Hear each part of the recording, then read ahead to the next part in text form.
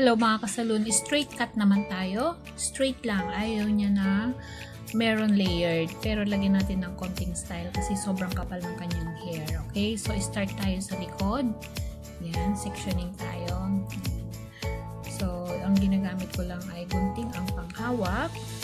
Yan, kasi straight naman ang kanyang hair. Okay, mga kasalon. And next sectioning tayo. Ganyan lang mga kasalon. Kailangan basain natin kasi ang kanyang buhok ay makapal at nagfa-fly away.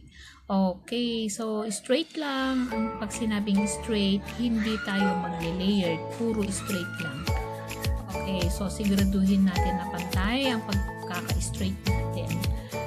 Okay, dito na tayo sa kabilang side. Sectioning pa rin tayo. Yan, so ang ginagamit ko lang na panghawak ay gunting. Pero mamaya-maya, hahawakan ko yung buhok para ma-sure na lahat ng ginupit ko ay pantay. Okay, mga kasalon. Napakasimple ang paggugupit, mga kasalon, kapag straight ang paggugupit natin. Yan.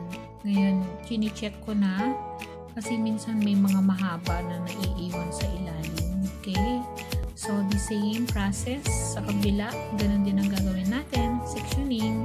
Ginagawa kong sectioning ay dalawa lang. Okay, so gamit ko ay suklay at gunting lang. Ayan. Kasi mapapantay naman natin kahit gunting lang ang panghawak natin. Ayan. Then, the same pa rin. Ganun pa rin ang gagawin natin. Yan mga kasalon. Kapag kayo ay naggugupit, dapat mag-consultation muna kayo. Ibig sabihin, kakausapin nyo yung customer kung anong style ang gusto niya. Tapos, mas maganda rin kung meron siyang ipapakita na picture sa catalog o di kaya sa cellphone niya. Ayan. So, mas madaling maggupit kapag alam niyo kung anong style ang gustong gawin niya.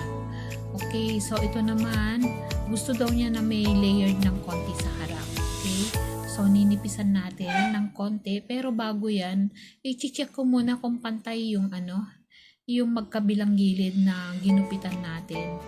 Yan. So, sa hatak pataas, makikita natin yung mahaba doon sa kabilaan. So, ganun lang mga kasalon. Check natin para makita natin kung saan mas mahaba.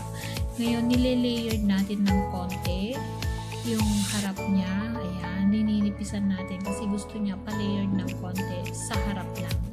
Gusto niya panipis. Ayaw niya ng buhag-hag sa harap. Okay, pero sa likod, hindi na. Ganun lang ang gusto niya. Yan, so tapos na natin yung kanyang bangs ay hindi niya iniksian. Yan, nilayered lang natin sa harap. Ito na yung outcome mga kasalon. Yan, straight lang ang kanyang hair. Hindi ko nilayered ang kanyang likod. Yan, sa harap lang talaga. Yan ang finished product natin mga kasalon. Ganyan lang ang mag-straight haircut. Okay mga kasalon, salamat po sa panonood.